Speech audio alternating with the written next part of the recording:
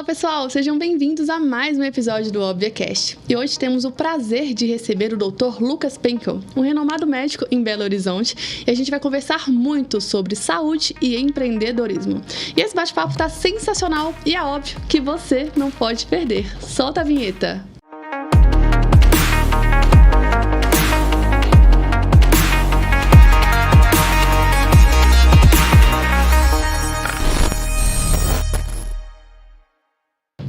Lucas Penkel, obrigado pela presença.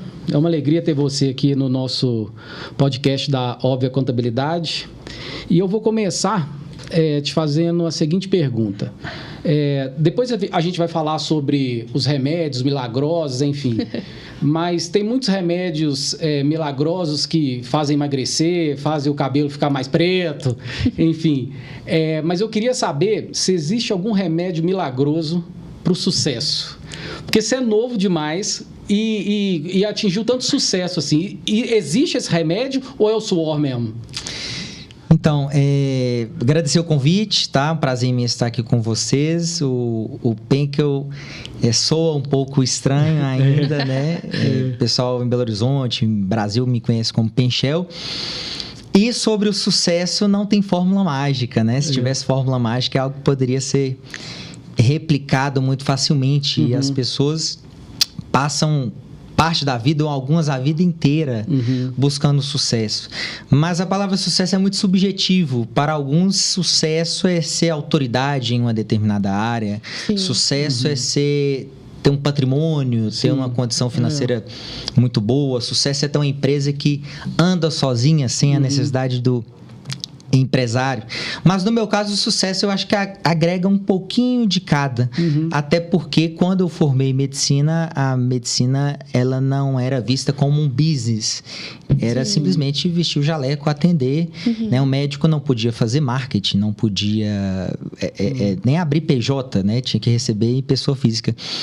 E meu objetivo nunca foi ser famoso, etc. Simplesmente atender, ajudar as pessoas.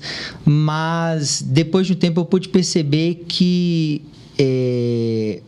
essa questão da autoridade, o meu reconhecimento em vários lugares foi algo que aconteceu naturalmente. E, como eu disse, não foi proposital.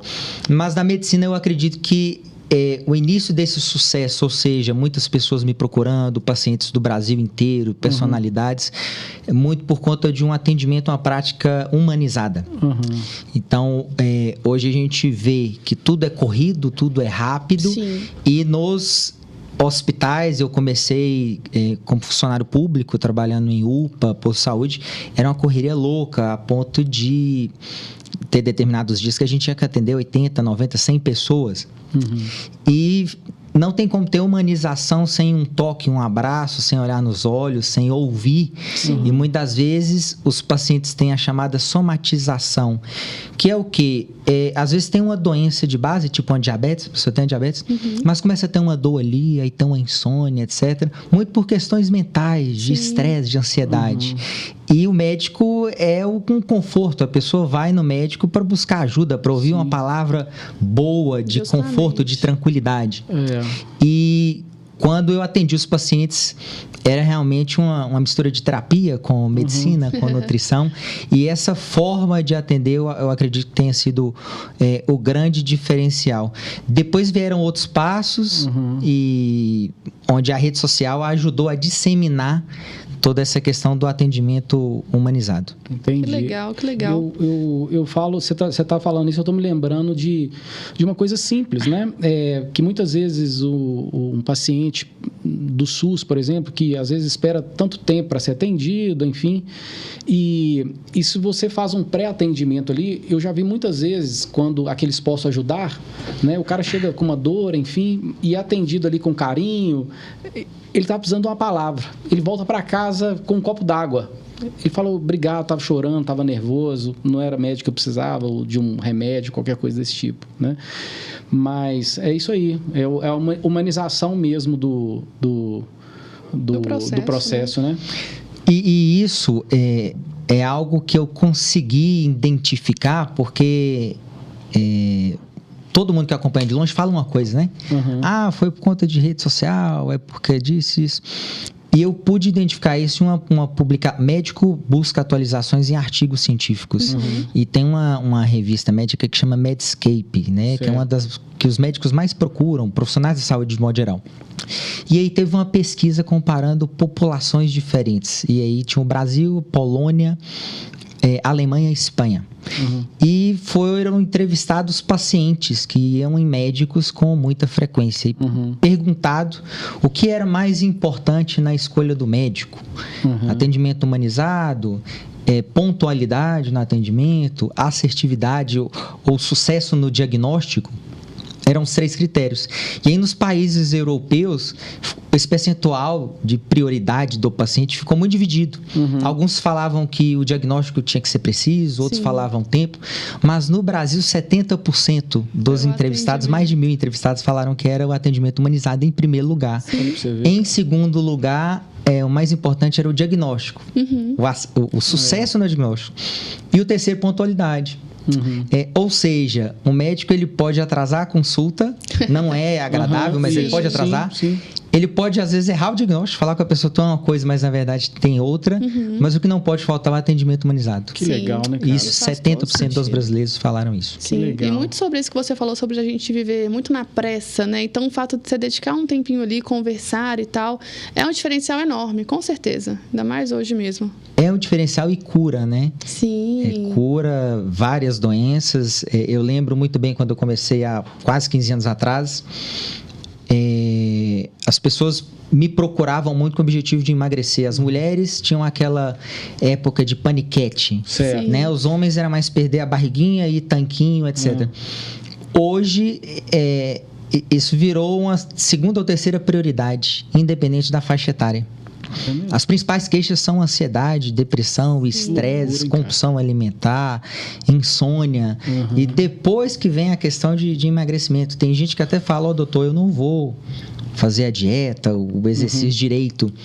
Eu só quero performar bem mentalmente, eu só quero ficar feliz, enfim. Isso então, é importante o profissional de saúde acompanhar essas mudanças que acontecem com o tempo. Ô Lucas, a gente escuta você falar muito sobre medicina, enfim, mas eu sei pouco sobre a sua história. Você veio de onde? Você é daqui de Belo Horizonte mesmo? Você tem mais irmãos? Você é atleticano? Você é cruzeirense? Enfim, conta um pouquinho da sua história. Veio de família rica, pobre? Porque geralmente é assim, né? A medicina tem que ser, tem a ideia de que tem que ser de família muito rica, enfim, é isso mesmo? Como é que... Então, eu sou natural de Belo Horizonte, mas fui criado em Teófilo Otoni. Meu pai trabalhou no banco e minha mãe ajudava ele nas tarefas do dia. Graças a Deus, lá em casa nunca faltou nada, mas é uma base familiar muito humilde. Entendi. Né? Eu costumo brincar que na minha época lá em Teófilo Otoni, eu ia para a escola de bicicleta, andava de ônibus, era mototáxi, então assim... Sim. Bem humilde, né? E isso, querendo ou não, mesmo, né? nos ensina muito. Sim. Sempre tive o desejo de fazer a medicina, né? Meu pai depois foi para a área da pecuária. E eu não tive nenhum incentivo dentro de casa, né? Não tive irmãos por parte de pai, médicos, ninguém. E foi um desejo onde eles acreditaram e apostaram, e aí, com 17 anos, eu prestei o vestibular, passei, iniciei a faculdade de medicina com 18. E ao longo da faculdade eu tive uma filha, né, que é a Lavínia, que hoje tem 13 anos, vai fazer 14. E parte dessa questão educacional, da base familiar, me ajudou muito nesse processo hoje de conseguir gerir várias coisas, entender um pouco de marketing, de finanças, gestão de pessoas.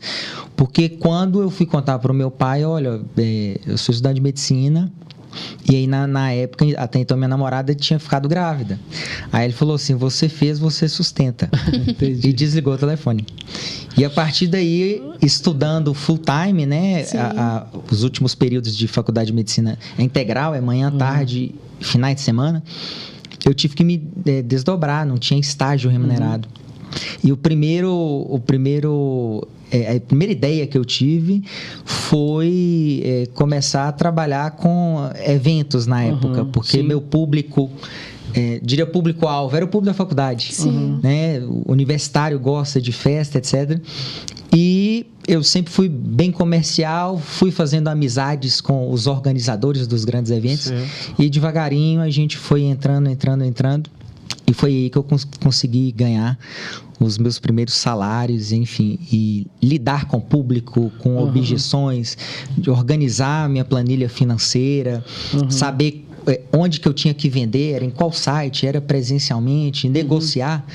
Se você me dá um desconto, então compra mais um. Enfim, então na prática, no dia a dia ali, vendendo ingresso, né, e organizando festa, eu consegui aprender muita coisa que eu coloco hoje em prática. Maravilha. Ô Lucas, eu sempre vou conversar com você como um leigo total, porque eu sou mesmo dessa área, então assim, eu vou ter dúvidas que você vai falar assim, deixa de ser trouxa, filho. Mas são as dúvidas que muitas pessoas têm também, sim, né? Sim, eu digo mesmo. Então, quando se eu tô na academia, assim, por exemplo, minha personal diz assim para mim, não, quer perder a barriguinha, você tem que procurar um nutricionista, aí eu escuto nutrólogo. Tem diferença nutricionista, nutrólogo? Como é que funciona isso? Tem diferença. E o profissional que clinica, ou seja, aquele que atende, que escreve, carimba, ele vende informação. Então, a sua dúvida de você é algo que eu respondo todos os dias. Então, é algo que por mais que para a gente é óbvio, é o que faz parte da população, né? A grande maioria das dúvidas. O profissional nutrólogo ou endócrino, ele tem que ter feito a medicina.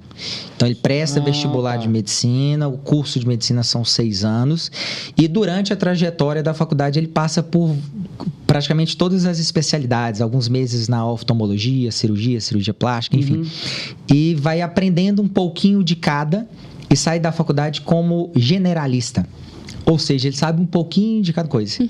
E a partir daí ele decide qual área seguir. Onde ele pode fazer depois uma residência, uma pós-graduação, enfim.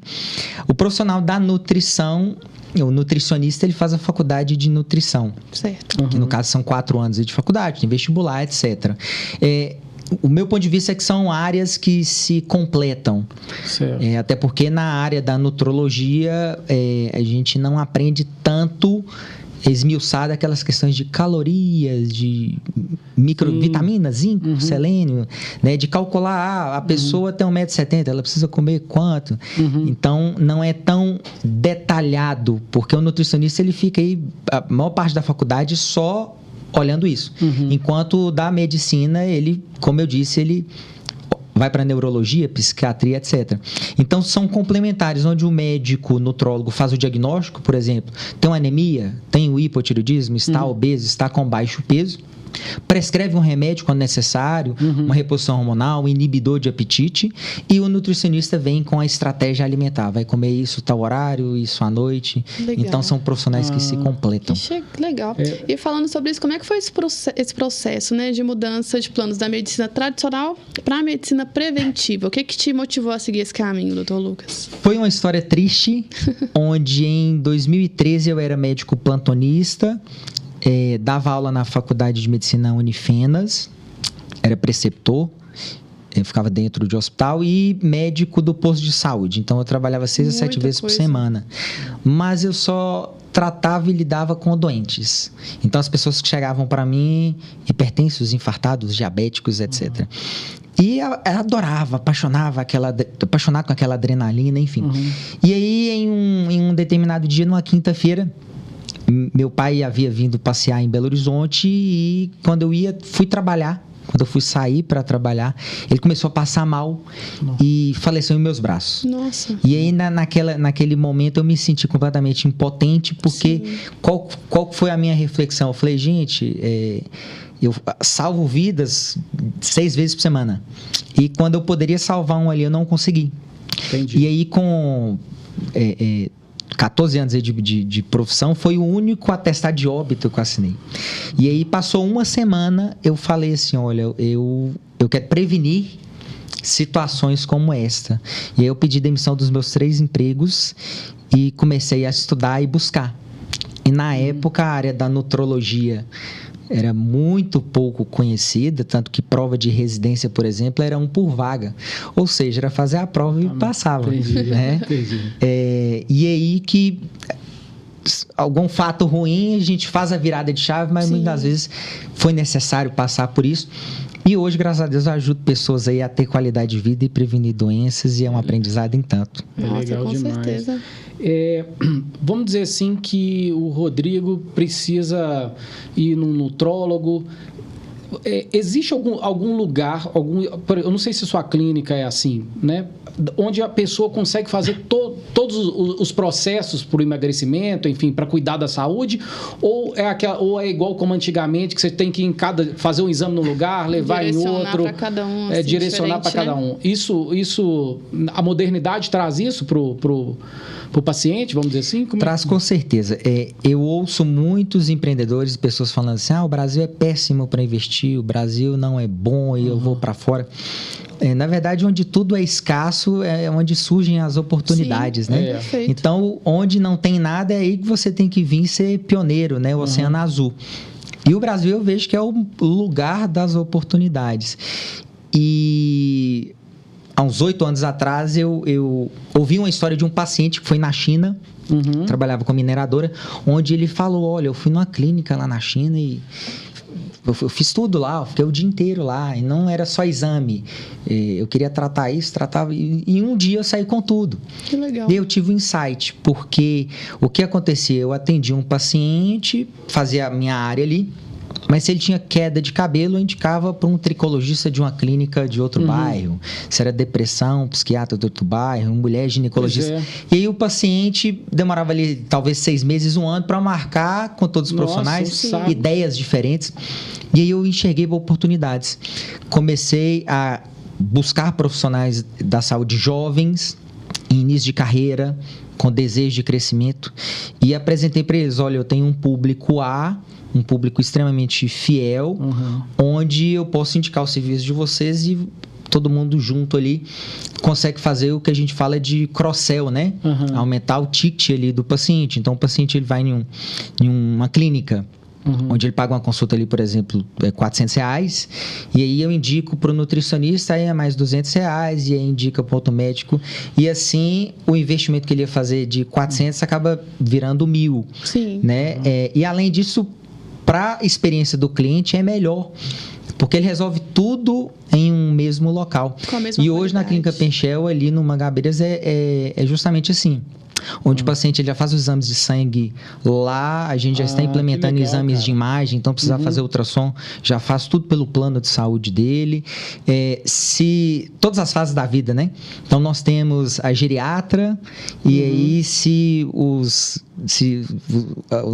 idosos ali, o pessoal da terceira idade tem netos, aí já tem pessoal da nutrição materna e infantil. Que legal. Então a gente acaba pegando todos o leque, né? Aí grávida, nutrição materna infantil, aí ficou grávida, aí ginecologista, método contraceptivo, aí tem a obstetra, enfim. E aí dessa forma a gente englobou todas as faixas etárias e sempre com o mesmo propósito, promover qualidade de vida e prevenir doenças. E fala pra gente, como é que você começou ali no seu primeiro consultório e hoje você conseguiu transformar ele em uma clínica referência lá no Mangabeiras, e você citou também sobre redes sociais.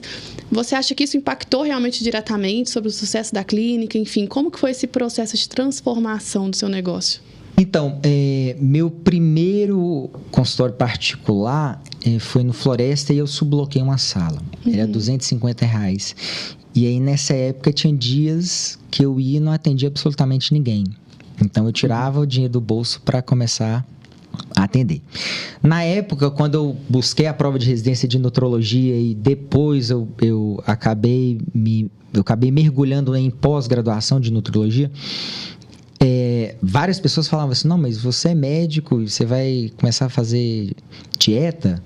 Você vai passar polivitamínico para os outros? Não, você tem que você tem que ir para o hospital e tal, e assim, eu não tive nenhuma palavra de apoio. E eu falei, não, gente, tem que prevenir. Então, assim, eu fui um dos pioneiros, ou pioneiro em Belo Horizonte. Então, eu bebi da água limpa. muito dedicado, sempre com atendimento humanizado, sempre humano, sempre querendo ajudar. Mas eu precisava divulgar. Ninguém conhecia a nutrologia, ninguém conhecia dieta, orientação dietética por médico.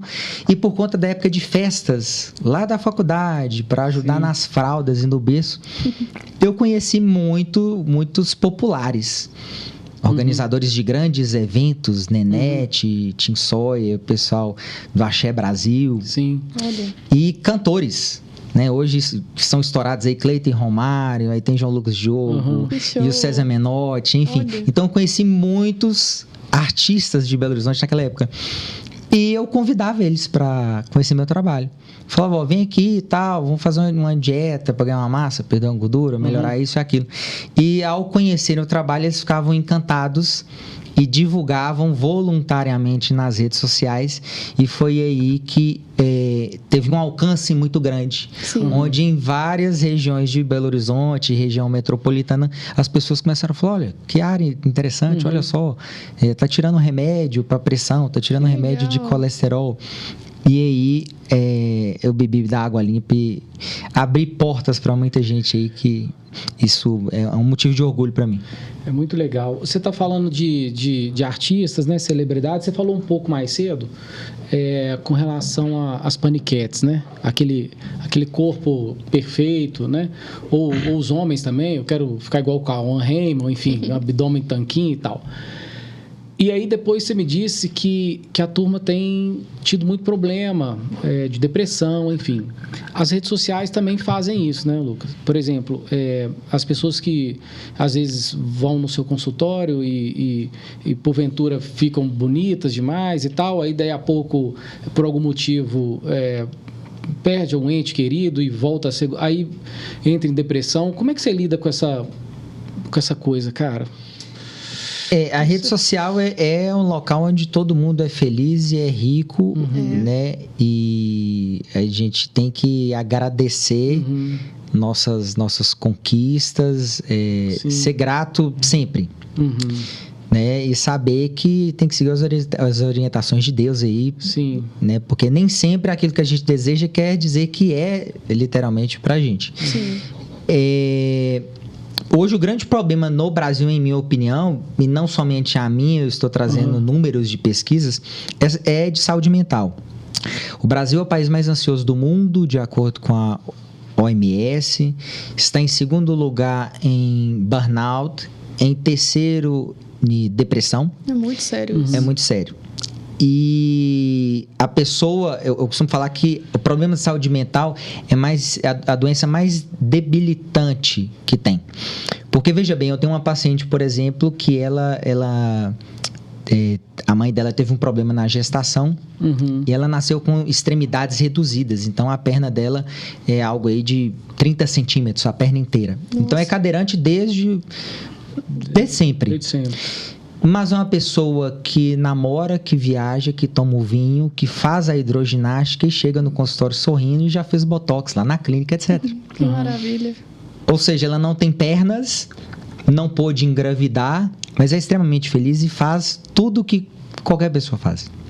Mas eu atendo pessoas, por exemplo, com problemas de saúde mental, que chega lá de carro, tem a conta bancária cheia, tem perna, escuta, fala, extremamente infeliz e triste.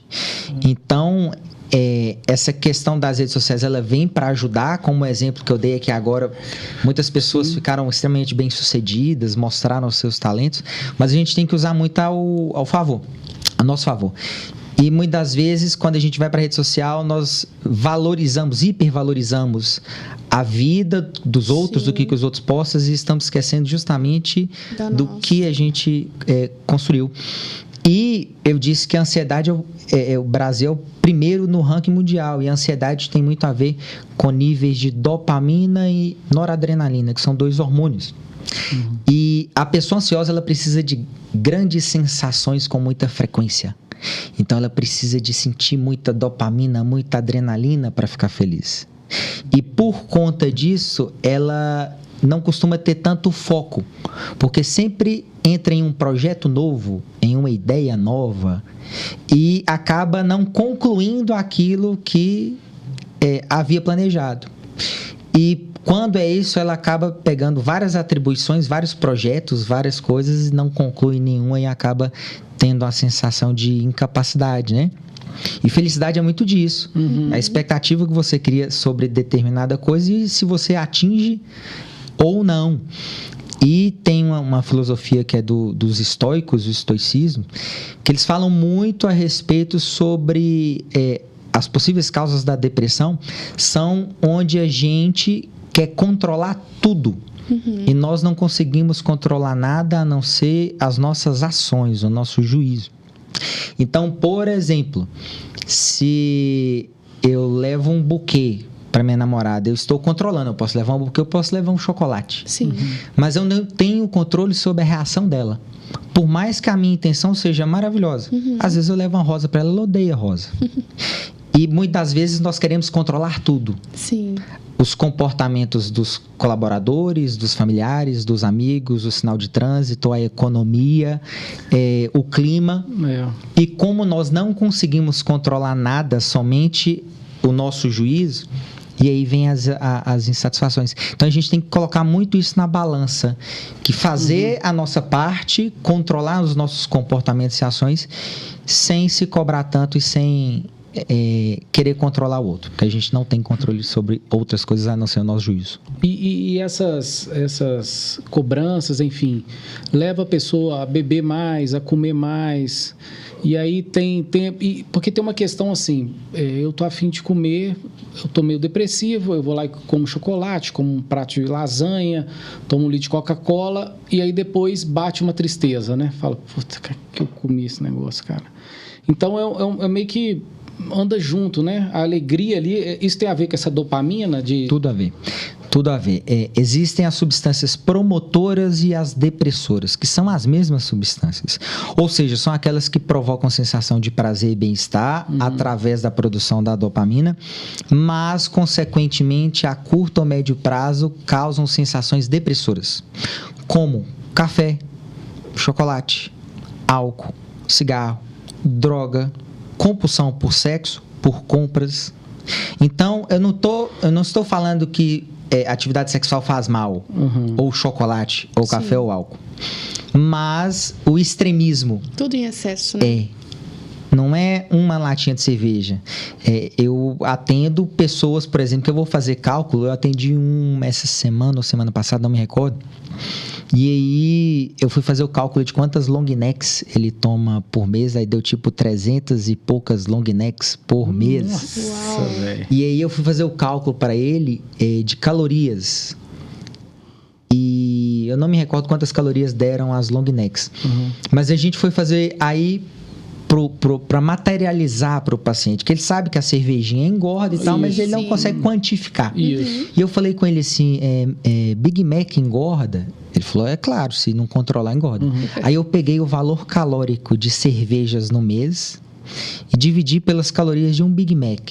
E eu entrei no Google, mostrei ele assim, ó, quantas calorias tem um Big Mac? Aí ele mesmo foi fazendo o cálculo e a calculadora na tela. No caso dele, deram 6 Big Macs por dia.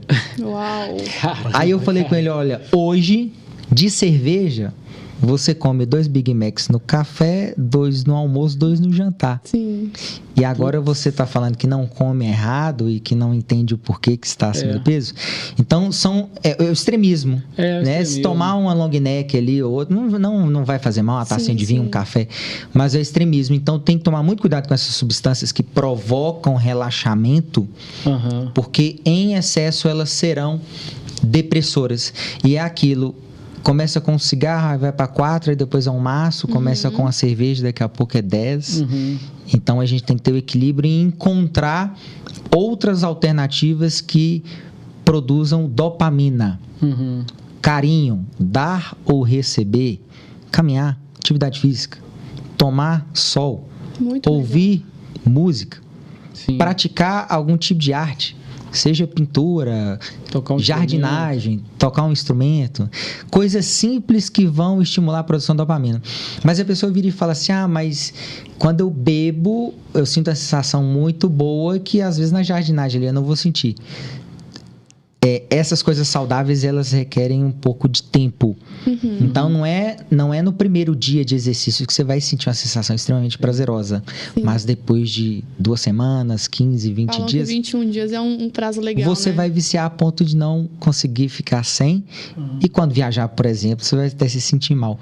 Então, é um processo. Sim. E é um processo que vai fazer super bem, vai produzir dopamina. E quando o corpo está em equilíbrio, a gente gasta mais, gasta menos, lucra mais, vive melhor, adoece menos, enfim.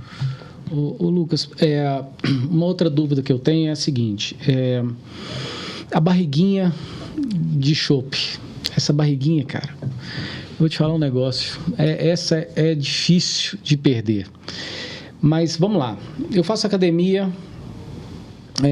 3 vezes por semana, tento manter uma alimentação ali razoável, não sou de beber, mas para acabar com ela, nego, eu tenho que... É muito difícil. Mesmo assim, ainda tem, né? Agora, são 2 perguntas que eu quero fazer. É mais difícil para quem tem mais de 40 anos perder essa barriguinha do que um cara que tem 20, né? E se eu vou ter chance de acabar com ela mesmo gostando de comer... Por exemplo, eu gosto demais de comer à noite, cara. E comer coisa meio estranha mesmo. Um sanduba, não é todo dia, mas se fosse por mim, eu comeria todo dia. Mas um sanduba, um pedacinho de pizza, um churrasquinho, eu adoro esse tipo de coisa à noite, mais do que de dia, inclusive. Tem alguma salvação para isso, ou não ser o exercício mesmo, ou não tem salvação? Então, teve uma pesquisa publicada no ano passado, muito bem desenhada, que chamou a atenção de várias pessoas falando sobre metabolismo. Nessa pesquisa foi revelado que o metabolismo do ser humano começa a diminuir a partir dos 50. Porém, as pessoas costumam só ler títulos de pesquisas, enfim, a mídia muitas vezes, para chamar a atenção, não passa a informação correta. Mas quando a gente tem um senso crítico e entende sobre pesquisa, a gente analisa por vários pontos de vista. Nessa pesquisa foi avaliado pessoas extremamente saudáveis, com hábitos saudáveis. Ou seja, se você é extremamente saudável, e ser saudável inclui tomar água, exercitar, comer bem, dormir bem, somente a partir dos 50 o metabolismo cai. Mas hoje é muito difícil encontrar pessoas que conseguem manter isso por muitos anos. Sim. E na prática, ao contrário disso que eu falei, comer mal, sedentário, etc., leva ao ganho de gordura, e o ganho de gordura abre portas para inúmeras coisas, como deficiência de testosterona, hipotireoidismo, deficiência de vitaminas e vários outros hormônios. A gordura é um órgão inflamado. Quando a pessoa tem, por exemplo, dor de garganta, tá uma amidalite, ela tem dor. Quando ela vai aferir a temperatura, tem febre. Quando ela olha no espelho, a garganta, as amígdalas estão inchadas. O que eu quero dizer? Tem inchaço, tem dor e tem febre. Se a gente pega na barriguinha e aperta, tem dor. Se a gente coloca o dedo, deixa ali uns 10 segundos e tira, tem inchaço.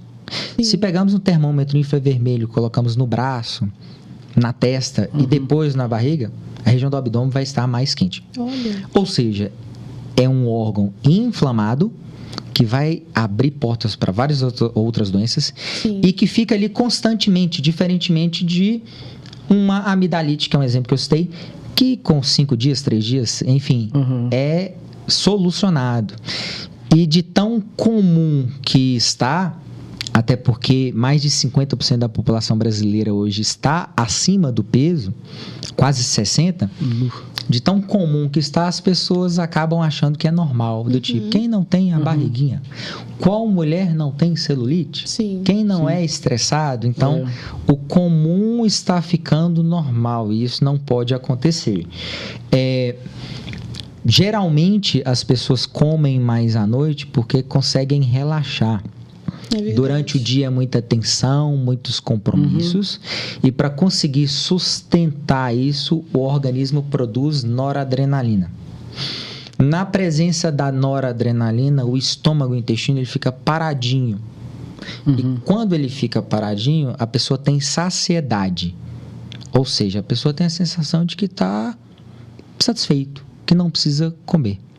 Mas a partir do momento onde você vai terminando o trabalho, resolvendo suas coisas, o nível de tensão diminui, a noradrenalina diminui e aí o estômago e o intestino começa a trabalhar. Um exemplo disso são, por exemplo, atletas que fazem uma grande refeição e vão para o campo de futebol ou vai para o tatame e aí passam mal, porque a barriga está cheia, para o pessoal entender, a barriga está cheia e aí começa a produzir muita noradrenalina, aquilo ali não é digerido. E qualquer contração do abdômen, aquilo volta.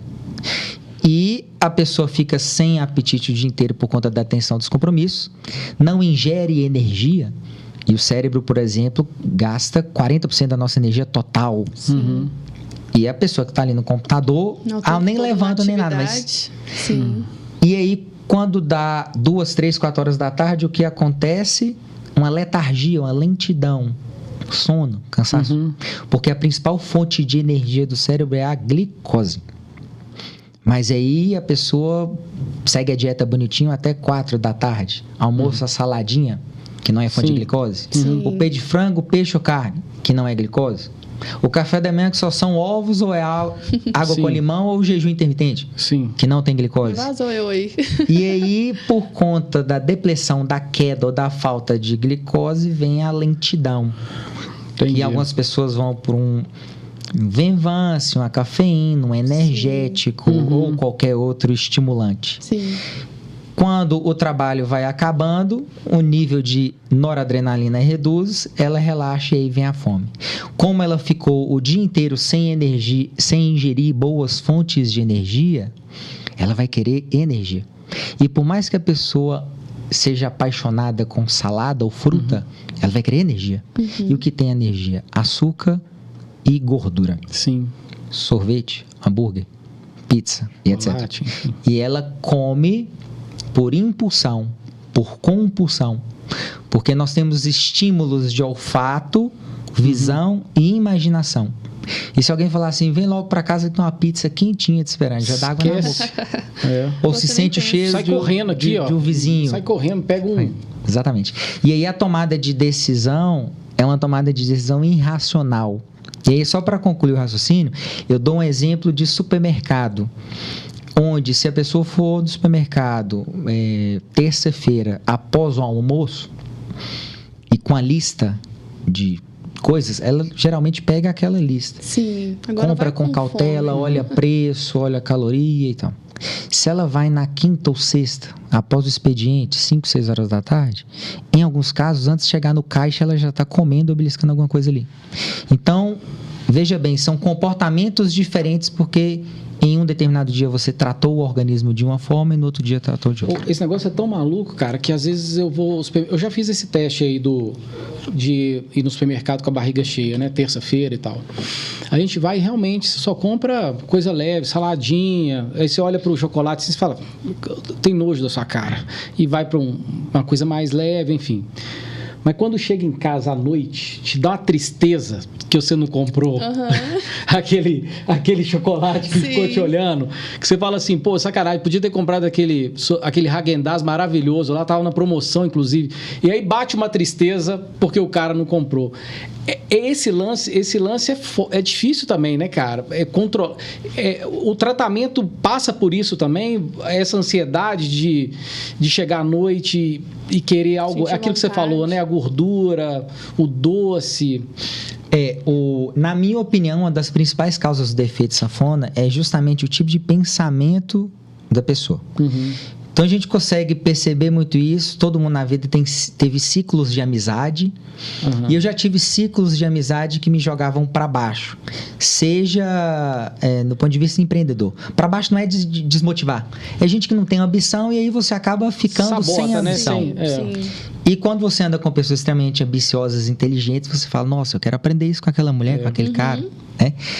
E culturalmente, quando a pessoa vai iniciar a dieta, pelo menos no Brasil, é uma lamentação. Não vou poder comer isso mais, eu não vou poder a cerveja, eu não vou poder aquilo. Nossa, eu fui no supermercado sem o chocolate.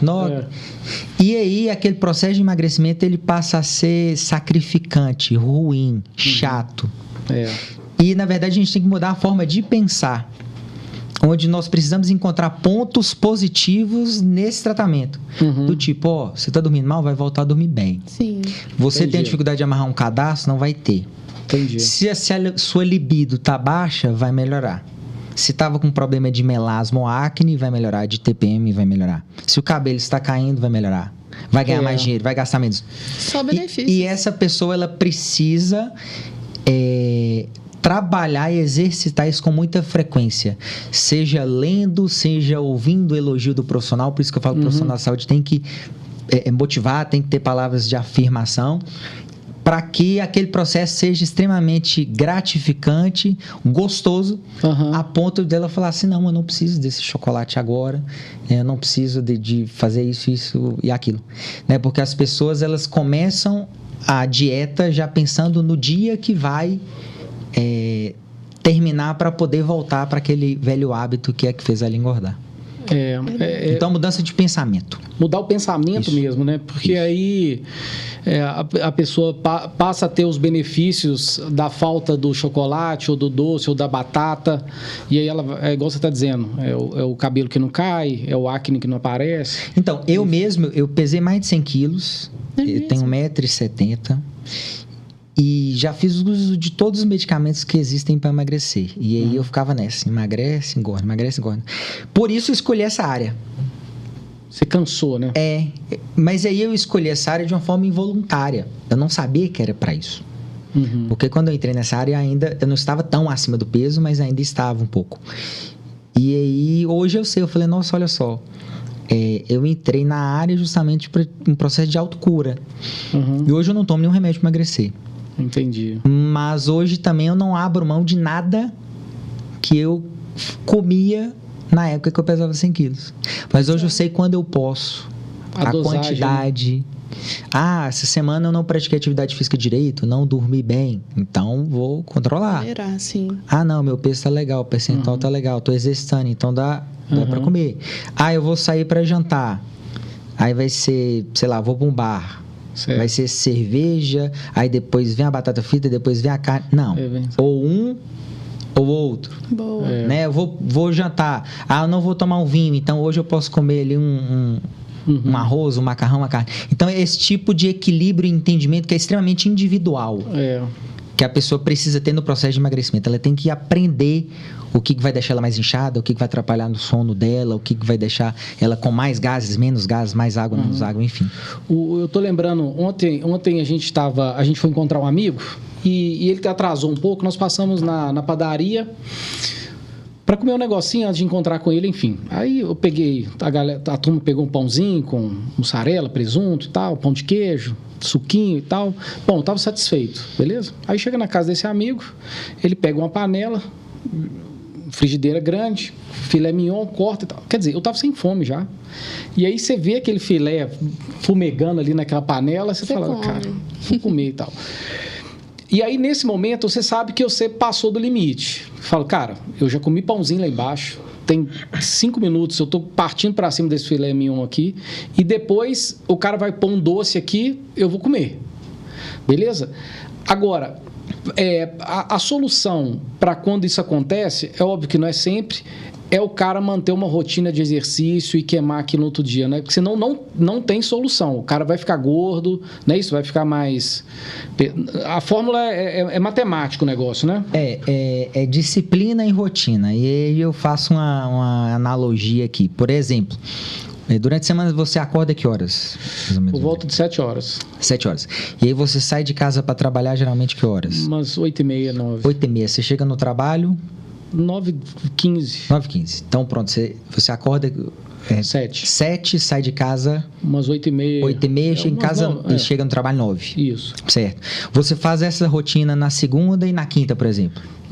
No dia que chove, no dia que faz sol, seja no dia que você está triste, feliz ou com ressaca. Ok. Isso é disciplina. É algo que você faz independente do seu desejo, vontade ou não. Certo. Você vai fazer. Porque você sabe que isso é importante e você precisa disso. Com a dieta é a mesma coisa. E aí você vai para casa do amigo para encontrar um amigo. Não é para comer uma coisa que você acabou de ver. E se a sua programação era para casa dele, para encontrar com ele, você deveria só encontrar com ele. Cara, hein, Rodrigo? Não, mas a verdade mas é que é difícil, cara. Mas isso a gente aprende com o tempo, porque eu fiz pós-graduação, mestrado, tô doutorado agora, faculdade de nutrição, e eu não vi isso em artigo e nem nada, mas como um ex-obeso eu aprendi.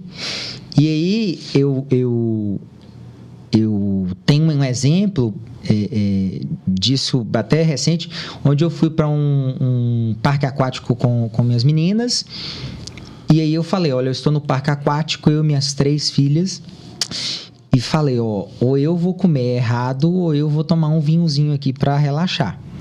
Aí eu falei, eu vou optar pelo vinhozinho. Então, eu vou fazer uma programação do que comer e quando comer. E aí, nesse resort, all inclusive, a comida, assim, tem tudo, né?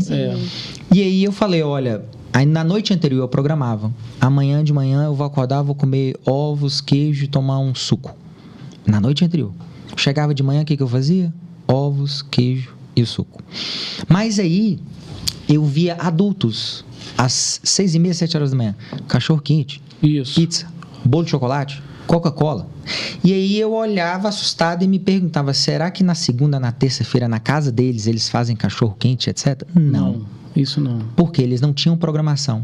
E quando chegaram no café da manhã, pelo estímulo da visão e olfato, eles tomaram a decisão baseada em uma compulsão e ansiedade. Então, precisa ter essa rotina e disciplina. E aí as pessoas falam assim, mas doutor, eu quero emagrecer. Eu falo, este é o seu principal desejo, mas não é a sua principal prioridade. Porque prioridade a gente chega, vai e faz. Igual você acorda todos os dias de manhã e vai trabalhar porque é prioridade. E quando é desejo, a pessoa precisa priorizar esse desejo. Entendi. Caso contrário, não acontece. Então, deixa eu ver se eu entendi aqui. Nós vamos, por exemplo, o cara que define ir para um hotel all inclusive, ele acorda e fala assim, fala com a esposa, vamos pegar a meninada e vamos pro all inclusive. Na cabeça dele, ele está dizendo o seguinte, eu vou encher o pandu de doce, de cachaça, vou ficar louco lá naquele lugar, beleza? É justamente. Então, esse pensamento seu é bem matemático, né? Vou comer um ovinho, vou comer bem disciplinado, né? Vou tomar um suquinho, beleza? O cara, principalmente o mineiro, ele não sai daqui atrás de ovinho e corridinha, não. Ele vai. Eu tenho um amigo que fala assim, cara, eu não saio da piscina enquanto eu não estiver morrendo de beber e de comer, e é assim que é o negócio, né? Agora, por exemplo, esse cara que vai para um all inclusive da vida e come de tudo e bebe pra caramba durante o final de semana, enfim. Isso também, se ele quiser chutar o pau da barraca e falar assim, vou passar o final de semana nesse estado, ele pode, na segunda-feira, voltar para a atividade normal, né? Não é aquela coisa assim, é proibido. Não, de forma alguma. Falando sobre os excessos, eu costumo falar que todo excesso esconde uma falta, né? E a gente tem que tomar cuidado com os excessos, tem que ter sempre equilíbrio. E trazendo isso para a prática, é muito melhor, por exemplo, tomar uma taça de vinho de segunda a segunda do que tomar uma garrafa sozinho no sábado. Tá. Então, é muito melhor, comer um pão de queijo ali por dia do que chegar no final de semana e fazer tudo isso. A privação alimentar durante a semana, seja por muito jejum, muita restrição, incentiva e estimula a compulsão no final de semana.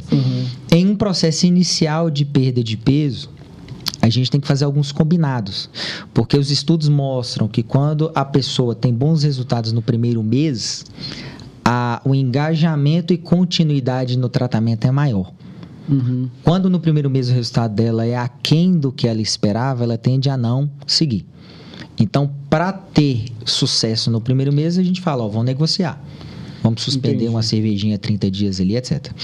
A partir do momento onde ela vai alcançando o resultado, ganhando saúde e qualidade de vida, nós vamos ensinando ela a sair da dieta. Perfeito. Tu vai tomar cerveja, beleza. Então, você vai no sábado para a fazenda. quando for, e o churrasco, doutor, como é que faz? Então vamos trocar a picanha, vamos pegar aqui uma coxa e sobrecoxa, uma linguiça aqui mais magra, e aí você vai só com isso, você evita o arroz, a farofa e tal, e você fica na cerveja. Então a gente vai criando estratégias e ensinando a pessoa a sair da dieta e até mesmo evitar ressaca, como por exemplo, toda vez que você for no banheiro, depois de tomar fazer xixi, toma ali 350, 500 ml de água. E aí a pessoa fica com mais saciedade, menos embriagada. Não estou falando feliz, é menos embriagada. Não tem ressaca. E a ressaca, por exemplo, de cerveja no dia seguinte aumenta o apetite. A pessoa tende a comer muito mais. Então, a gente tem que ensinar a sair da dieta, porque o comer errado, o tomar um drink, ele é social, é fazer o social. E o social interagir, né? Nós seres humanos, homo sapiens, vivemos em bando. E, inclusive, previne depressão. Então, esses encontros para comer, etc., é interessante, é saudável. Mas a vida não pode se resumir somente a isto. Então, tem que sair, tem que comer errado, mas tem que saber os limites. Eu falo que você está falando de perda, né? Eu sei que perder peso é muito importante, mas perder dinheiro não dá não, né, Fernanda? Não dá. E com a óbvia contabilidade digital, se o cara não tiver... Se ele estiver ainda na contabilidade tradicional, ele está perdendo dinheiro, não é isso, Nanda? Sim, totalmente. Inclusive, na OAV, a gente atende muitos enfermeiros, médicos também, até nutricionistas, né, doutor Lucas? E eles normalmente precisam emitir uma nota fiscal de alguns serviços prestados em clínicas, por exemplo, como a sua, etc. E, enfim, isso é muito importante, tanto quando a gente está falando de sucesso, né, de sucesso da sua clínica, do empreendedor. Até quero tocar um pouquinho nesse assunto, sobre como que a tecnologia, ela está ligada também a questão da sua gestão da empresa, né, obviamente, e a todos os profissionais liberais, enfim, que precisam também de uma contabilidade e responsabilidade para poder cuidar do negócio, né? Isso é muito importante. E o próprio Rodrigo citou a questão de economizar com um serviço de qualidade, que é muito importante, e eu acho que casa muito também com o fato de manter ali a gestão da sua empresa feita de uma forma tranquila, né, simples também e muito prática. Mas, puxando um pouco do gancho da OAV, é justamente isso. O fato da gente conseguir solucionar, né, para o profissional liberal, seja um médico, um nutricionista, um engenheiro, um advogado, né, ou o meio que seja, porque é muito importante, de fato, não só cuidar da saúde, mas também dos seus processos gerenciais, relatórios, a saúde financeira da sua empresa em si, né, que é muito importante. E eu queria também, deixa eu só achar aqui na minha listinha, que estava aqui agora, que você falasse um pouco para a gente em relação o quanto que mudou da tecnologia lá de quando você iniciou, né, alguns anos atrás até hoje, como é que isso está presente no seu consultório e o que mudou de fato realmente da rotina mesmo da medicina, né, de anos atrás até hoje. Conta pra gente um pouquinho. Só pegando a brecha da óbvia contabilidade, claro. O profissional da saúde, aí eu falo todas as áreas, sim. Ele estuda aquilo que ele vai exercer, né? Sim. O enfermeiro, o farmacêutico, o médico, enfim. E por mais que na faculdade não tenha aula de gestão financeira, etc., o profissional da saúde precisa entender um pouco. Por mais que todo mundo vai exercer uma profissão por satisfação pessoal, o dinheiro a gente não pode demonizar, né? No Brasil tem uma cultura de que só fica rico quem faz coisa errada. Sim, e não é. Não é. Então, o profissional de saúde ele tem que fazer marketing, ele tem que ganhar dinheiro, né? Ele tem que pagar a conta. Sim, lógico. E com a alta carga tributária que a gente tem e o desinteresse da população da saúde em entender sobre isso, esses sonhos e desejos materiais acabam ficando para trás ou algo que poderia ser conquistado com 5 anos, 10 é conquistado no fim da vida. E eu lembro muito bem que eu fui entender um pouco de regime tributário. Eu já estava há uns 3 anos tributando 27,5% como pessoa física. Então, vamos supor, de R$1.000 ali, 270... Era de imposto. E aí tinham meus custos fixos, variáveis, e a liquidez que tinha ali era 10%. Né? Então... E isso não é uma exclusividade, uma coisa peculiar do Dr. Lucas, mas do meio geral da saúde. Sim. Então, essa questão do financeiro, acredito eu que seja o primeiro passo para abrir um PJ, para um profissional de saúde começar a fazer o seu trabalho ali. Perfeito. Sobre a questão da tecnologia, o profissional que quer ser bem-sucedido, ou ele aposta na tecnologia ou não é bem-sucedido. Não tem como. Não tem como. Antigamente, ok. Eu conheço, por exemplo, profissionais da saúde, médicos, com mais de 30 anos de formação, com consulta um high ticket, um valor extremamente alto, consultas de R$1.000, R$1.500, mas é um profissional que já está no mercado há 30 anos, já resolve, soluciona coisas há 30 anos. E não tem nem Instagram.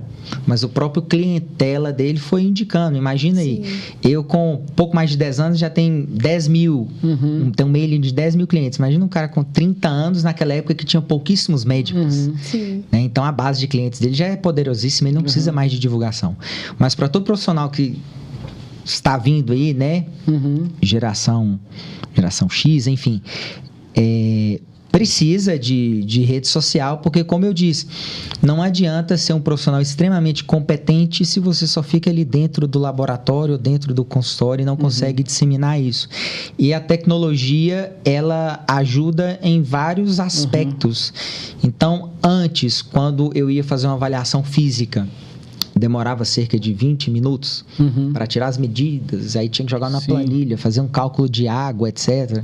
Ao todo dava 30 minutos, hoje sobe um aparelho de bioimpedanciometria e em 40 segundos já tem tudo isso. Legal, então, né, diminui a jornada, é mais preciso, é mais tecnológico. A própria questão de agendamento, onde algumas plataformas, os pacientes, eles fazem igual passagem aérea, então ele escolhe o dia, o horário da consulta, já faz o pagamento ali, jogo rápido, não é aquela questão de ficar ligando para agendar. Então, a tecnologia, se o profissional de saúde se informar, andar abraçado com ela, ele desponta da concorrência, reduz custos, aumenta a retenção, o LTV, aumenta o faturamento, melhora a experiência do cliente e consegue ter tempo para descansar, porque a liberdade de tempo hoje, na minha opinião, talvez seja o maior bem. Independente do poder aquisitivo da pessoa, às vezes ela não tem liberdade de tempo, que é...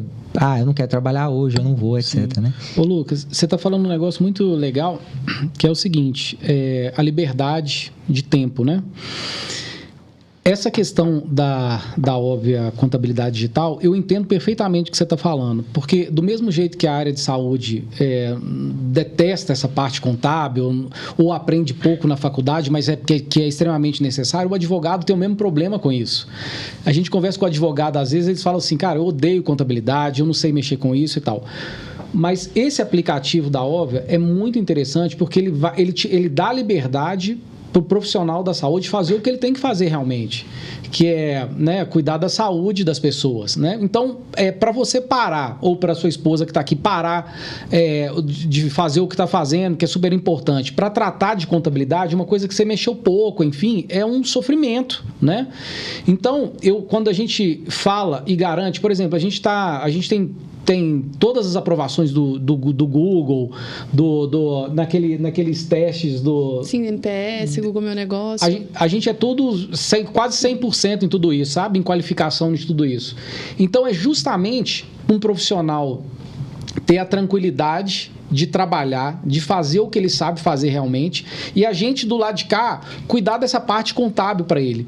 A gente fala que no final do mês você recebe todas as mensagens necessárias, o imposto tem que pagar, tudo pelo aplicativo, então você não tem que se preocupar com nada disso, né? Então, a gente vem, igual você falou mais cedo, né? Quando você vê um oceano azul, você pulou e aproveitou, né? A óbvia é um oceano azul também, porque a gente não escuta isso por aí, né? A gente só vê as pessoas ainda tendo problema com a contabilidade tradicional, com aquele atraso, a dificuldade para tirar uma nota fiscal, enfim, tudo isso. E com esse aplicativo muda tudo. O oceano fica, além de azul, ele fica claro, né? Eu sempre digo e repito, há uns anos atrás, Se eu dissesse para minha mãe que ela tiraria um extrato via aplicativo de celular ou tivesse que fazer uma transferência pelo celular, ela fala, não, isso é mentira, isso não existe. E ela tem quase 80 anos e ela faz isso tudo por celular, né? E a contabilidade é a mesma coisa. Então, a pessoa diz assim, poxa, eu não sei mexer com contabilidade. Não, baixa o aplicativo, você não precisa entender nada de contabilidade. A gente vai entregar tudo para você pronto e mastigado para você guardar no seu arquivo e ter paz no final do ano para o imposto de renda, enfim. É muito legal, Lucas. Eu sei que é um cara ligado em tecnologia. Quando terminar aqui, eu vou te explicar um pouquinho mais para você entender que um cara com a sua modernidade não pode ficar sem um aplicativo. Uma frase manjada no meio do empreendedorismo é quem trabalha demais não tem tempo para ganhar dinheiro, né? É tipo isso. Sim. E o profissional da saúde, ele prioriza várias outras coisas e só depois vai pensar na parte contábil. Ele fala, eu tenho que ter um consultório bonito, chique, um tapete, uma TV, a localização. Tá certo? Está certo. Eu preciso investir em marketing, vou contratar uma empresa. Mas a contabilidade chega e contrata um profissional inexperiente, exatamente, um serviço acontece demais isso, muito cara. ruim. E monta uma estrutura legal, é um profissional extremamente competente, mas assim, fica o tempo todo apertado. Então, antes de tudo, de comprar o tapete, a TV, etc., e alugar o local, precisa plantar aquilo ali, e a sementinha que a gente joga é justamente nessa questão financeira e contábil. E se o médico, né, ou o profissional de saúde não fizer isso, ele pode ter sérios problemas no futuro. E eu tive a oportunidade de aprender isso de uma pior maneira, que quando eu quebrei em 2018. Não havia feito planejamento financeiro e nem nada, e assim... imagino. E que quebrei com a consulta... um ticket alto, uma estrutura legal. Mas depois disso eu aprendi muito sobre essa questão. É fundamental, né, cara? Sim, a contabilidade cuida justamente da saúde da sua empresa. Isso. Né? Então, nada mais justo. E aí o profissional, ele precisa entender, mas ele tem que descentralizar. Não é ele que tem que ficar fazendo a parte, né? Esquece. Você não precisa de fazer nada contratar uma empresa boa, né? Uma empresa de referência. É isso mesmo. Igual a Óbvia. E só acompanhar como está sendo feito o processo ali. É isso mesmo. Exatamente, perfeito. Agora vamos outras dúvidas, né, que eu tenho aqui. Esses remédios para emagrecer, esses Ozempic da vida aí e tal, isso chegou para ficar mesmo? Tá vindo coisa nova? O que você me diz sobre essa moda aí de remédio? Então, a vida é cheia de fases, né? E na indústria farmacêutica também é assim. A sibutramina teve o seu boom. Sim. O Xenical teve o seu boom. E com o Ozempic, que é a semaglutida, também. O fabricante é uma empresa chamada Novo Nordisk, uma empresa suíça. E recentemente ela foi aí uma das empresas mais bem valorizadas na Bolsa de Valores, e que nos últimos anos teve uma hipervalorização. É uma medicação extremamente eficaz.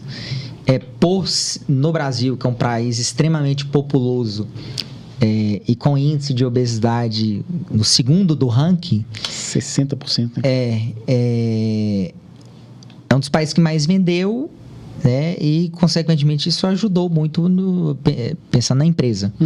Porque veja bem, um país extremamente populoso, que tem a segunda população que está mais acima do peso do mundo, a probabilidade de alguém querer comprar para emagrecer é muito grande. Sim. Porém, ela não reeduca. É uma medicação que não vai ensinar a exercitar, não vai ensinar a dormir cedo. Se tiver deficiência de vitaminas, magnésio, vitamina D, selênio, não vai repor. Se tiver hipotireoidismo, deficiência de testosterona, a pessoa vai continuar assim, né? Se tiver problema de intestino, vai continuar. Então, o que eu quero dizer é que a obesidade, ela não está ligada somente ao comer muito ou comer errado. Ela está envolvida com várias outras coisas. Certo. E somente utilizar um remédio para diminuir o apetite não é o caminho.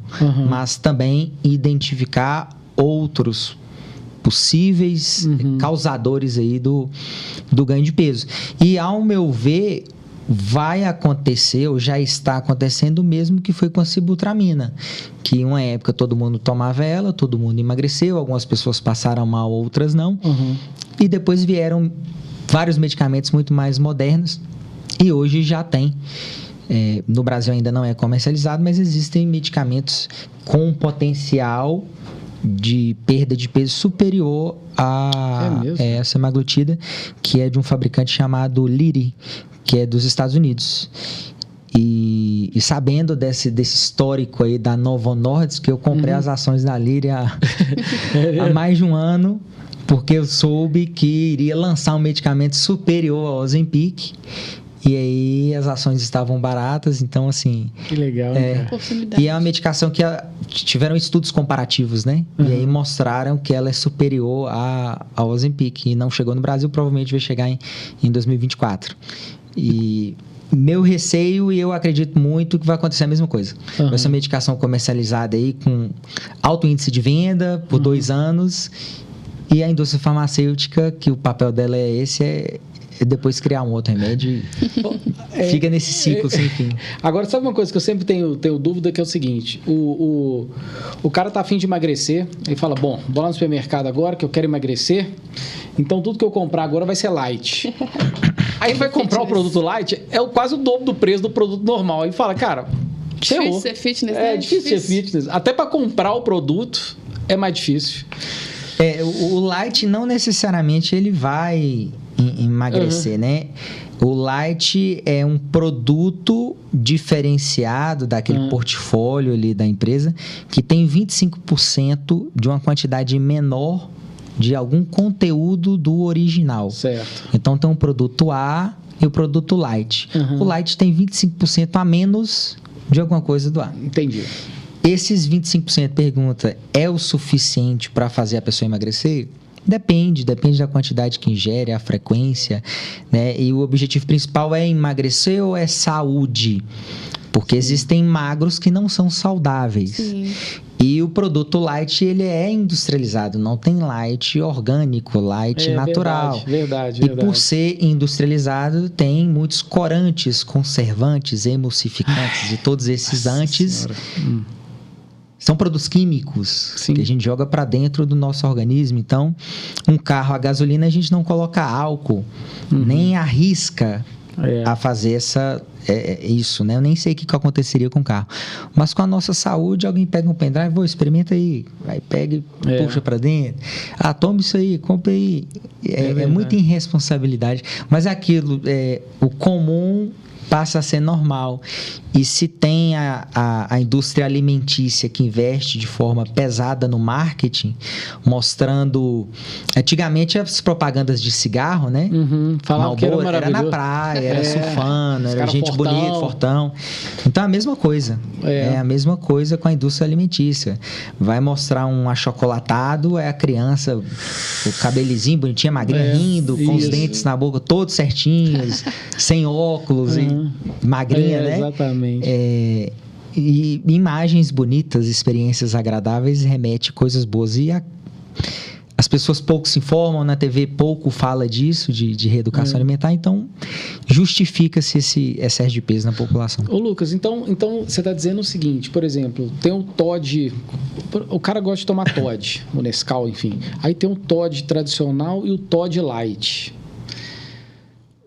Nenhum dos dois é bom, eu sei, mas se o cara tiver que escolher, é preferível ele tomar o Toddy que não seja light em menos quantidade? Seria mais ou menos isso que você está dizendo? Do que pegar o light e às vezes exagerar porque ele é light, enfim? Depende. Aí seria necessário fazer uma avaliação individual. Né? Individual. Porque o 25% pode ser de gordura, pode ser de açúcar, ou pode ser até de embalagem. Então, a embalagem de 100 ml, se ela tem 75 ml, ela pode ser light. Tá. É diferente de um leite, né? Um leite integral, um leite... O light, realmente, ele tem menos gordura e aí vale. Então, o leite aí tem o desnatado, semi-desnatado integral. E quando é isso, aí realmente vale. A quantidade de gordura é muito menor. Mas, na prática... Essas questões do leite não é algo que impacta tanto como uma cerveja, por exemplo. Onde a pessoa fala assim, eu vou, por exemplo, pegar uma cerveja low carb e uma cerveja normal. Porque hoje tem cerveja low carb, né? Isso. A a diferença é muito pequena. Não é uma diferença a ponto de... Aí é marketing compensar. mesmo, né? De compensar. Exceto a cerveja sem álcool. Porque aí a cerveja... O álcool, ele tem muita caloria. Né? Então, a cerveja sem álcool, ela tem uma quantidade... a metade, arredondando. Então, por exemplo, uma pessoa, ela toma 5 long necks com álcool, ela poderia, entre aspas, tomar 10 sem álcool. O grande problema é que a maioria das pessoas tomam a cerveja, por exemplo, ou parte delas, para embriagar. Sim, sim, é. Mas quando a pessoa gosta do sabor, né, na praia, o churrasco, quer uma cerveja geladinha, vai na sem álcool, que vai fazer uma diferença tremenda. Entendi. Legal. E eu acho que as opções são demais, né? Você vai no supermercado, aí tem o quibe, tem o suco de laranja em caixinha, aí tem o light, aí você na sua cabeça fala, pô, agora o light dá pra eu ir e tal. E o cara tá se ferrando do mesmo jeito, né, bicho? E como eu disse, a indústria alimentícia, o marketing dela está sempre à frente dos nutricionistas, nutrólogos, etc. Por quê? A legislação mudou muito essa questão do light, né? Antigamente era uma possibilidade de utilizar essa terminologia, era muito mais fácil usar. E querendo ou não, é um apelo muito grande. A pessoa olha o light e fala, eu vou comprar. Mas aí a legislação mudou um pouco e aí as empresas não usam tanto mais o light. Usa, por exemplo, mais leve, mais saudável. Tem isso mesmo agora. Então muda o layout. Assim agora, é um layout, um tracinho, um desenho, um azul clarinho, um branco, fit, mais não sei o quê, né? Para remeter. Não, esse é mais fit e tal. O mesmo para o integral. Então, se a gente for pegar, por exemplo, pão de forma que vem com enunciado integral, a grande maioria deles, na verdade, não é integral. Tem muita farinha enriquecida e isso acaba fazendo com que o alimento não seja integral. Né? Então, a pessoa compra ali o integral e fala, não, integral eu posso comer mais um. Isso. Né? Um salgadinho fitness, posso mais um. E não é bem assim, né? As pessoas que produzem aquilo, até mesmo alguém que está fazendo em casa, um salgado caseiro, utiliza, não, isso é um bombom fitness. O que quer dizer esse fitness, né? Porque pode ser 10% a menos de açúcar. Exatamente, tá valendo, né? E a questão do adoçante, cara, que tem hora que vira, as pessoas amam o adoçante, me parece que de uns dias pra cá virou o maior vilão da história do mundial. Isso é verdade? Então, tudo na vida tem um lado bom e ruim. E aí cada um vai puxar pro seu lado.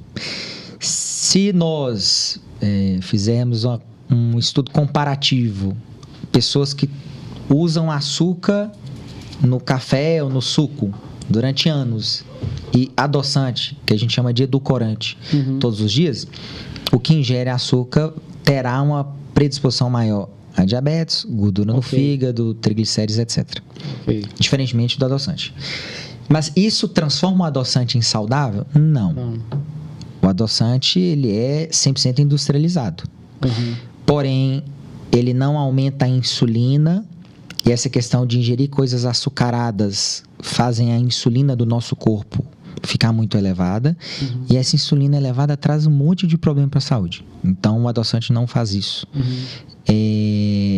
O adoçante não gera aquela dependência de paladar que o açúcar geralmente ocasiona. Porém, por ser industrializado, nenhum produto industrializado é saudável. Eu costumo falar, vamos descascar mais e desembalar menos. Perfeito. Trazendo aí para a questão de comer comida de verdade, menos latinha, caixinha, etc. E os estudos falando sobre os adoçantes mostram inúmeras questões, seja de saúde mental, de saúde do intestino. Porém, esses estudos publicados, adoçantes em quantidade extremamente exagerada. Entendi. Onde nenhum ser humano, acredito eu, consiga ingerir tanto adoçante em um dia. Entendi. Então, esse último estudo que foi publicado mesmo, a pessoa que tinha que consumir 40 saquinhos daquele em um dia. Não, esquece. Né? Então, assim, são estudos muito mal desenhados, alguns feitos em animais. Né? Eu nem sei por que os caras fazem. É para confundir a cabeça da turma mesmo. Mas o adoçante, ele faz bem? Não faz bem. Mas ainda é melhor, menos ruim. É menos ruim do que você consumir açúcar repetido. Entendi. E aí as opções de edulcorantes e adoçantes seria talmantina, estévia ou xilitol. Para quem tem um problema chamado síndrome do intestino irritável, precisa tomar cuidado com o xilitol, porque ele pode dar gases, distensão abdominal. Mas para todas as outras pessoas, eu quero adoçante, qual a melhor opção? Estévia, talmantina e xilitol. Atenção, como eu disse, a indústria alimentícia é muito esperta. E aí, geralmente, eles comercializam a estévia, tem um custo operacional de matéria-prima muito mais baixo. Então, a grande parte da população consegue ter esse alcance. E aí, no frasco, está escrito assim, estévia. Isso. E o cliente ali na pressa, ele acaba pegando aquele frasco, mas, na verdade, tem um pequenininho ali com estévia. Aí, na verdade, aí tem sucralose, sacarina, aspartame e mais estévia. E naquele blend, aquela mistura, o que tem menos é estévia. Entendi. E mais os outros. Né? E a pessoa geralmente ela vai pelo preço. Por esses outros edulcorantes serem mais baratos, ela vê, esse tem estévia, esse aqui tá 2, aquele tá 5, eu vou de 2. Entendi. E o mais parecido com açúcar, assim, é o estévia ou nenhum parece com açúcar? Os que fazem mais mal lembram um pouco. Né? Sucralose realmente é difícil, Fernando. Essa vida não é fácil, mas o paladar, a gente acostuma. Da mesma forma que uma pessoa costuma fumar todos os dias. Aquele gosto de cigarro. A gente aprende a tomar suco, café. As práticas para os males e as práticas para o bem. Tudo questão de rotina. Sim. E a gente falou aqui um pouquinho atrás, né, de marketing, de vendas, de redes sociais. E você também vende cursos na internet, né, Lucas? Conta pra gente um pouquinho sobre isso. Você também faz algumas palestras, né, que eu vi no seu Instagram. Achei muito interessante. Então, Covid foi 2020, fevereiro para março. E aí eu havia montado uma sala lá na clínica, um espaço para 30 pessoas, para continuar dando os meus cursos, mas concomitante a isso eu palestrava em vários eventos. E aí veio o Covid, tudo fechou. E o Covid, ele teve muita coisa ruim, mas ele acelerou várias coisas, principalmente da tecnologia. E eu já tinha o desejo de fazer cursos online, mas a gente ficava procrastinando, enrolando. E o Covid acelerou isso. Eu estava com um curso em andamento, um curso, uma extensão de 6 meses, e todos os alunos já haviam feito o pagamento dos 6 meses. E aí eu havia dado 2 aulas de 6. E o dinheiro do curso já havia reinvestido em outros negócios. Nossa. E aí veio o Covid. Eu falei, meu Deus. A superação aí, né? Eu vou ter que... Como eu vou fazer para devolver o dinheiro de todo mundo se eu já peguei, apliquei, já mexi em outras coisas? Aí eu falei, vou pro online. E eu fiz isso. E aí no online, durante o Covid, teve curso meu que eu... Em casa... com a blusa social branca assim, um short. Eu palestrei para 600 pessoas no curso meu. Coisa legal, que na minha salinha ali de 30 não conseguiria. Não alcançaria. E aí a gente começou a escalar, porque o presencial tem um custo. De luz, água, coffee, material, a gente está em pé, cansa mais, enfim. Apesar da experiência ser bem gostosa, o network, mas não conseguiria colocar pessoas do Paraná, do Paraguai, de Recife. Negócio, isso. Né? E aí eu consegui reduzir um pouco o custo, muito, né, drasticamente o custo. Coloquei um preço mais atrativo, mas ganhei no volume. E gravei, e, por exemplo, em 2023 eu deixo o curso vendendo aí gravado dessas aulas. Maravilhoso. Então, é uma ferramenta, uma estratégia boa de monetização e de divulgação do trabalho. Que todo profissional que aprende a lecionar deveria investir nisso. É o que a gente falou, né? Quem não acompanha a tecnologia fica para trás. Fica para trás. Perfeito. Nós vamos chegando ao fim do nosso bate-papo aqui. Pô, a gente podia ficar aqui até amanhã, porque... É tanto assunto interessante, né? É tanto assunto, né, cara? Eu não tenho tanto de coisa aqui. Agora eu tô entendendo porque que você faz curso online e entram 600 pessoas. Sim. Não é isso? Tem sempre me chamando para poder conversar, fazer podcast, enfim, isso é muito legal. Antes dele entrar aqui, eu ainda falei assim, cara, o tanto de gente que chama para podcast, daqui a pouco você não vai ter tempo mais para usar medicina, não. Você vai ter que ficar dando entrevista em podcast. Muita gente, né? A medicina é muito gratificante, eu amo atender, eu amo ajudar pessoas. Em alguns momentos lá durante a minha consulta, A Carol ali até fala, ó, você já tá mais... ultrapassou o seu tempo já 40 minutos. Então, por exemplo, cada consulta é uma média de 1 hora.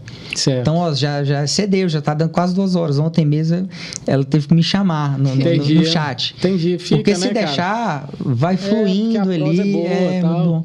E quando a gente faz o que ama, nós não trabalhamos, né? Porque se for levar no pé da letra, vamos supor 8 horas dormindo e aí 8 horas trabalhando. E você vai aproveitar a vida quando? Verdade. Sim. Porque as outras 8 horas você tem que fazer compras, descansar, etc. Mas quando você faz algo que ama, então é 8 horas dormindo, 8 horas curtindo. Né? E você tem mais outras 8 horas para fazer várias outras coisas. Perfeito. Então, realmente tem que fazer o que gosta e ficaria... mais um bom tempo aqui batendo papo com vocês. Maravilhoso. Antes da gente finalizar, Lucas, nós temos um ping-pong, um bate-bola que a gente chama de respostas óbvias, para poder captar um pouquinho aí, né, de algumas perguntas legais pra gente fazer para você, tá bom? Legal. Vamos lá. A gente quer saber, inicialmente, qual que é a sua maior inspiração no seu dia a dia? Deus. Perfeito. E você prefere atuar na clínica médica ou ministrar os cursos? 50%. Justo, cada né? um. Um livro que te marcou profundamente e você recomendaria a outras pessoas?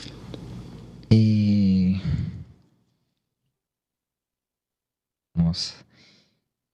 Faça amigos e influencie pessoas. Perfeito.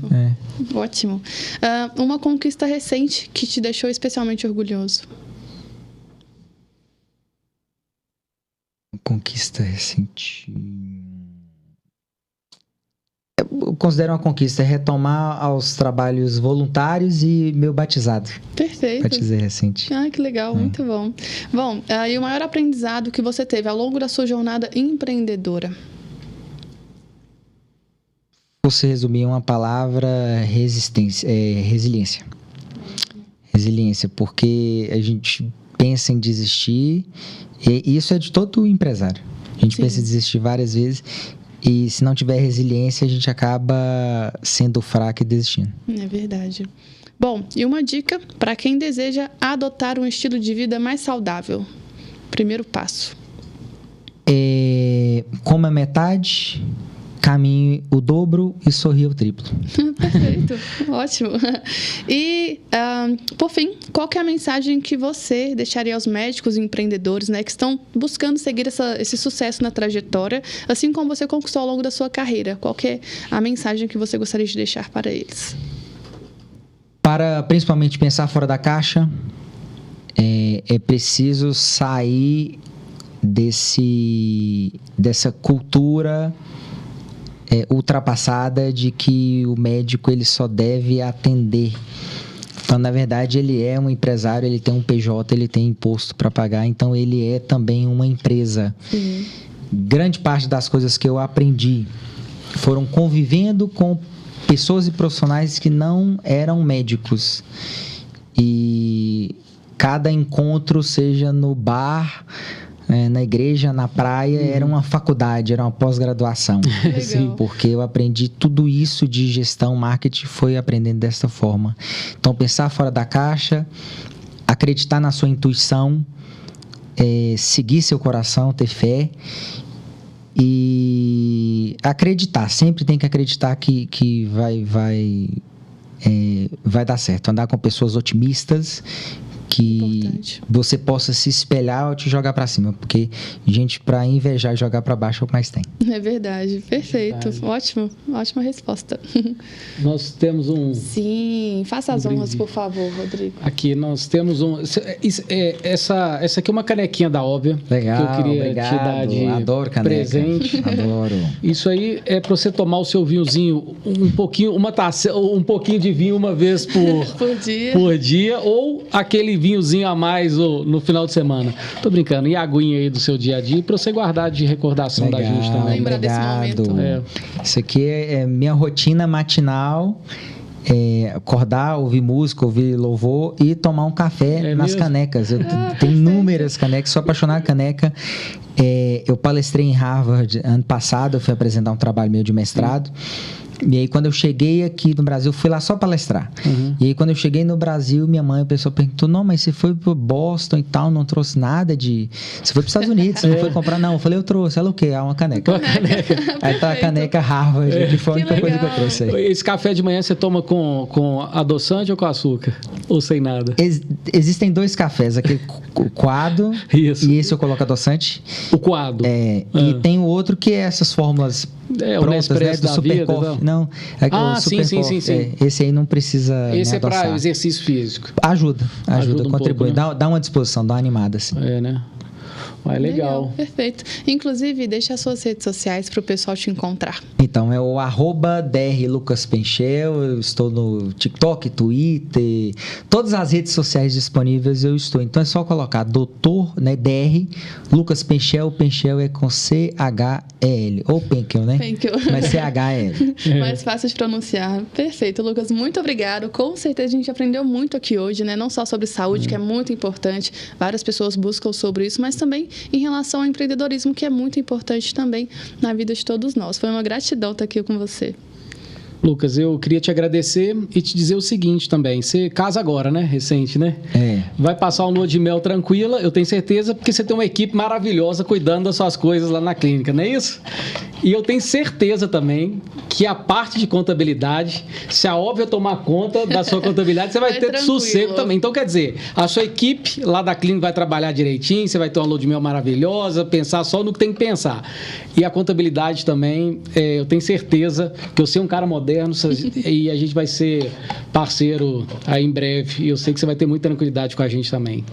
Com certeza. O sonho de todo empreendedor é esse, né? Poder sair do trabalho e o seu trabalho girar sozinho. Até porque se você não consegue sair do seu trabalho e ele rodar sozinho, você não é chefe, você é funcionário. E com a Óbvia aí, acredito que a gente consiga reduzir custos, sim. automatizar processos e conseguir aproveitar a lua de mel, senão a patroa ali vai brigar comigo. Te bate. É bravo.